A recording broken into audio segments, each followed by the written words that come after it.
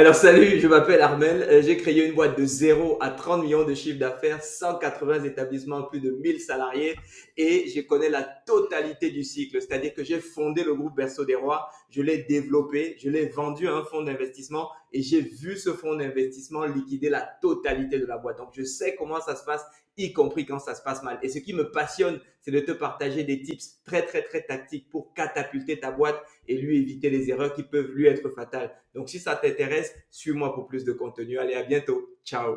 Comment doubler ou tripler le chiffre d'affaires que vous allez pouvoir faire à chaque vente? C'est ce qu'on va partager ensemble aujourd'hui. En fait, très souvent, lorsque vous faites une vente, juste après que la vente ait été conclue, il va survenir ce qu'on appelle le remords à la décision d'achat. C'est-à-dire que votre client va commencer à se poser la question, ça va, oui, mais est-ce que j'aurais vraiment dû acheter ceci, etc., etc. Et si à ce moment-là, il y a une espèce de doute qui s'installe et vous laissez s'installer le doute, en fait, il va commencer à se rétracter psychologiquement. C'est-à-dire que même s'il ne vous communique pas la décision, en fait, psychologiquement, il n'est déjà plus engagé parce qu'il a l'impression qu'il n'a pas forcément fait la bonne décision. Alors, quels sont les éléments qui vont faire en sorte que justement, il soit consolide cette espèce de rétractation psychologique, même si elle ne vous est pas encore communiquée, ou au contraire qu'il consolide sa décision et qu'il fasse tout pour pouvoir valider finalement cette décision d'achat qu'il a fait et vous permettre de faire la promesse, de réaliser la promesse que vous lui avez également faite de son côté. Vous savez, ça me fait toujours penser à une discussion que j'ai eue une fois avec une de mes avocates qui me disait, Armel, pour gagner un procès, il faut deux choses. Il faut un bon avocat et il faut un bon client. Un bon client, ça veut dire quoi? C'est un client qui participe. Et très souvent, à partir du moment où vous n'êtes pas dans une prestation, vous êtes une simple commodité, en fait, vous allez avoir besoin que votre client participe effectivement à la décision d'achat. Et pour ça, ça va être très important de structurer toute la phase post-achat de votre cycle de vente. Alors, en fait, et ça, pour la structuration, un levier capital dans la structuration de cette phase post-achat, c'est ce qu'on va appeler le time to value. C'est-à-dire, quel est le laps de temps qu'il y aura entre le moment où votre prospect fait sa décision d'achat et le premier moment où votre prospect voit la valeur dans la décision qu'il vient de prendre. Si le temps entre sa décision d'achat et la première valeur que vous allez lui apporter est grand, en fait, ça va consolider cette logique de rétractation psychologique. Cette dynamique de rétractation psychologique va se consolider au fur et à mesure que se passe du temps entre la première décision qu'il a faite et le moment où effectivement, eh bien, vous allez lui apporter la valeur.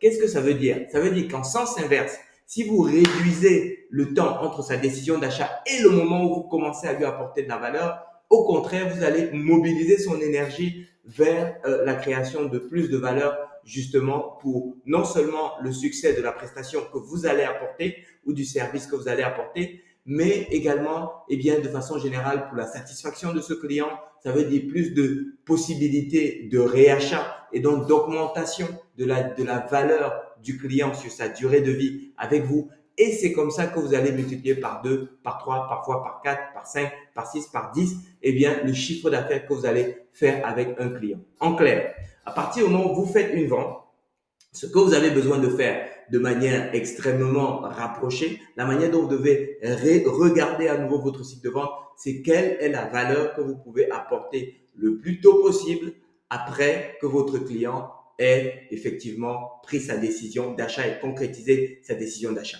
Alors, je vais vous montrer tout de suite un exemple avec une application Internet. Vous voyez, là, regardez ce qui se passe sur mon écran. Ici, nous sommes sur une application qui s'appelle Senja. C'est une application qu'on utilise pour la collecte de témoignages. Et là, je viens de créer mon compte. OK? Et donc, la première étape, c'était une première étape où ils m'ont dit, voilà, dans quel secteur d'activité êtes-vous, etc. Et en fonction de ce que j'ai sélectionné, boum, la première chose qui était intéressante, c'est qu'ils m'ont dit, très bien, on va vous envoyer des conseils, des astuces pour les gens qui sont dans tel secteur d'activité. Donc, sélectionne ton secteur d'activité. Donc, première étape, en fait, ils me demandent des informations sur mon secteur d'activité. Ça leur permet d'avoir une meilleure connaissance de leur base client. Donc, c'est intéressant. Alors, je peux pas faire précédent, malheureusement. Ah, bah si, je peux faire précédent. Vous voyez, comme ça, vous allez voir. Vous voyez ici, donc si je mets, par exemple, ici, par exemple, moulaga.com, Vous voyez, qui est le dossier pour lequel je suis en train de travailler. Ça, c'est une des participations sur laquelle on travaille.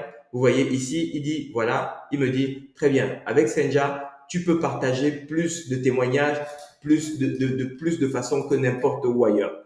Et là, qu'est-ce qui se passe? C'est que je savais déjà que c'était un logiciel de collecte de témoignages, mais ce qui est intéressant dans ce qui est présenté là, c'est que je vois tout de suite toute la puissance du produit. Et donc ça, comme je viens de créer mon compte, ça consolide en fait mon intention de réussir avec cette plateforme parce que je vois que effectivement d'autres personnes collectent déjà des avis avec ce produit et que effectivement il a un éventail de possibilités qui est relativement large et qui ne tient qu'à moi. Vous voyez, voilà comment de leur façon à eux, ce logiciel qui n'a même pas où tout se passe sans l'intervention d'un être humain, eh bien permet de consolider finalement l'engagement du client, d'un nouveau client, d'un potentiel client. Je viens de créer mon compte et de façon à ce que maintenant je suis déterminé à faire en sorte que l'application marche aussi pour moi. Vous voyez? Et c'est exactement la même chose que vous avez besoin d'injecter dans votre business à vous, à savoir comment est-ce que vous créez ce moment où, juste après la décision d'achat,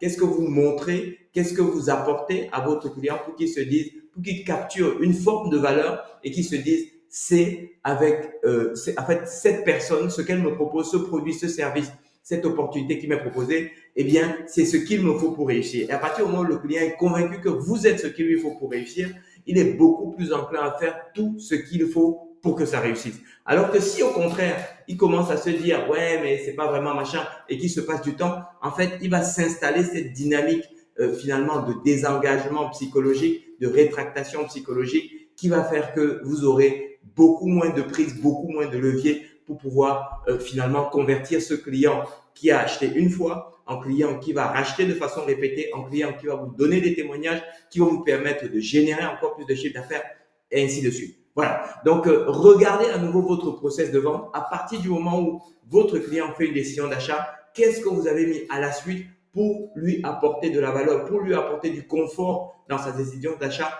et que finalement, cette espèce ce réflexe naturel de rétractation psychologique ne se produise pas. Qu'est-ce que vous mettez dans votre business, dans votre activité pour que ce soit également possible? Bah écoutez, voilà, c'est la question qu'il faut vous poser. Si vous voulez qu'on en parle spécifiquement pour votre business, je vous mets le lien pour rejoindre notre communauté dans les commentaires. Rejoignez la communauté et là-bas, on peut vous apporter une aide personnalisée parce que très régulièrement, eh bien voilà, on travaille on a des appels groupés, on travaille de façon spécifique pour certains membres de la communauté. Rejoignez notre communauté et je vous donne rendez-vous là-bas. Je vous remercie et je vous souhaite très bon succès dans vos projets. Alors concrètement, comment faire si vous êtes en micro-crèche par exemple? Alors très concrètement, le time to value, c'est une fois de plus, c'est le délai critique entre l'inscription et la perception réelle de la valeur par le client. Tout simplement, time to value, c'est-à-dire le temps entre guillemets à la valeur, entre le moment où le parent s'inscrit ou l'entreprise d'ailleurs réserve une place pour ses salariés et le moment où elle perçoit une première valeur. C'est ce laps de temps-là qui va être déterminant pour pouvoir gérer justement ce fameux buyer remorse, c'est-à-dire en fait c'est le regret post-achat qu'on a tous à partir du moment où on achète quelque chose qui n'est pas qu'une commodité. Ok? Ce sentiment de doute ou de regret après l'achat, particulièrement chez les parents qui sont anxieux face au choix, notamment quand c'est par exemple la première crèche ou des choses comme ça. L'impact, c'est la fidélisation qui peut être compromise et un taux d'abandon élevé des inscriptions si jamais cette partie-là n'est pas maîtrisée pour votre activité de micro-crèche. Et c'est vrai aussi bien pour les familles que pour les entreprises. Je vais vous donner rapidement, donc concrètement, il y a l'inscription, le creux de décision qui arrive juste après. Si jamais il y a cet accompagnement critique, eh bien, derrière, la confiance est rétablie et le résultat, c'est que finalement, les désinscriptions avant le démarrage vont être réduites. Et ça, c'est critique parce que lorsque vous avez commercialisé une place en micro-crèche, en fait, ce qui va se passer, c'est que il y a rien de pire que de dire il y a un parent qui a réservé cette place, donc je ne la propose plus à d'autres parents. Et quelques jours avant, on vous dit, bah non, finalement, on vient plus. Et parfois, d'ailleurs, on va vous présenter des motifs qui sont absolument hors du contrôle de la famille. Mais en réalité, est-ce que vous savez vraiment pour quelle raison finalement la famille ne veut pas? Est-ce que vous êtes certain que c'est vraiment la bonne raison? Ça, vous ne le saurez jamais. Alors, concrètement, un exemple concret que vous pouvez mettre en œuvre, c'est un kit de bienvenue digital. C'est-à-dire que à partir du moment où la famille signe, En fait, vous lui envoyez, vous faites une vidéo dans laquelle vous présentez par exemple les locaux, une autre petite vidéo, vous faites des petites séries de vidéos de 5 minutes dans lesquelles vous présentez par exemple les locaux, vous présentez par exemple la cuisine, comment ça se passe, etc. Parce qu'il y a tout un tas de choses en fait dans une micro-crèche qui se font pour pouvoir produire une bonne qualité d'accueil. Et malheureusement, très souvent, une très grosse partie de toutes ces choses qui sont faites ne sont pas présentées à la famille. Donc, vous allez faire des petites séquences vidéo comme ça qui présentent toute la valeur que vous faites pour pouvoir créer cette qualité d'accueil. Par exemple, les locaux, ça peut aussi être sur le projet pédagogique, les éléments sur le projet pédagogique sur lesquels vraiment vous bataillez pour que, parce que ça apporte de la valeur aux clients et parce que ça apporte, et donc vous faites des vidéos qui vous permettent d'apporter de la pédagogie, de mettre des mots derrière ces choses-là. Vous les faites en petites séquences de 5 minutes parce que si c'est des longues vidéos, vous allez perdre des familles. OK? Et ça, vous l'envoyez dès que le parent a signé. OK? Vous pouvez envoyer par exemple une ou deux vidéos au début, puis ensuite vous laissez passer quelques jours, peut-être un ou deux jours, le lendemain, vous en envoyez encore une ou deux autres petites séquences. Ce que ça va faire, c'est que ça va consolider la décision de la famille qui vient de s'inscrire. OK? Ensuite, derrière, ce que je vous invite à faire, c'est derrière, 48 heures après, vous passez un petit coup de fil pour savoir si le parent a eu l'occasion de regarder les vidéos, s'il a des questions, et donc vous allez le rassurer par rapport à ça. Si vous organisez cette séquence, vous avez automatiquement une réduction extrêmement forte des engagements avant le démarrage. Et c'est comme ça que vous sécurisez en fait l'exploitation, vous sécurisez la pérennité de votre établissement. Donc, très concrètement, qu'est-ce que vous faites? Écoutez, vous démarrez, vous listez tout ce que vous faites pour pouvoir créer de la valeur. Moi, je vous invite à faire, c'est regarde la visite des locaux. Pour moi, ça, c'est un élément important. Un deuxième élément, c'est tout ce qui concerne les repas. Parce que qu'est-ce que les enfants vont manger? C'est une question importante pour les familles.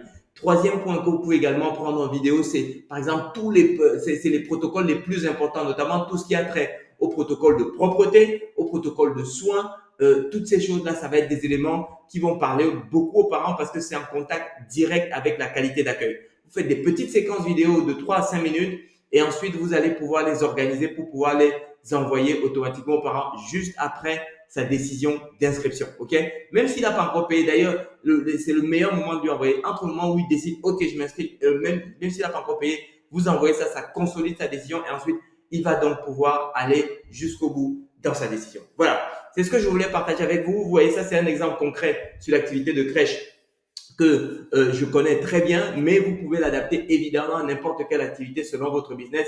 La question, c'est la suivante. À partir du moment où vous avez l'impression que le client fait psychologiquement la décision d'achat, qu'est-ce que vous faites pour qu'il voit tout de suite la valeur à laquelle il accède et donc de cette façon qu'il puisse consolider cette décision et contrecarrer ce que les Américains appellent le buyer remorse, c'est-à-dire le regret post-achat ou la post-achat. Voilà. Si vous voulez avoir encore plus peut-être des conseils encore plus personnalisés et concrètement, par exemple, quels outils vous pouvez utiliser pour pouvoir le mettre en œuvre, etc., dans votre business spécifique, je vous mets un lien en description de cette vidéo pour pouvoir rejoindre la communauté dans laquelle on traite vraiment des cas spécifiques et on va encore plus en profondeur justement des sujets qu'on peut aborder pour consolider votre business. Je vous souhaite bon succès dans vos projets et je vous donne rendez-vous dans la communauté. Allez, à bientôt.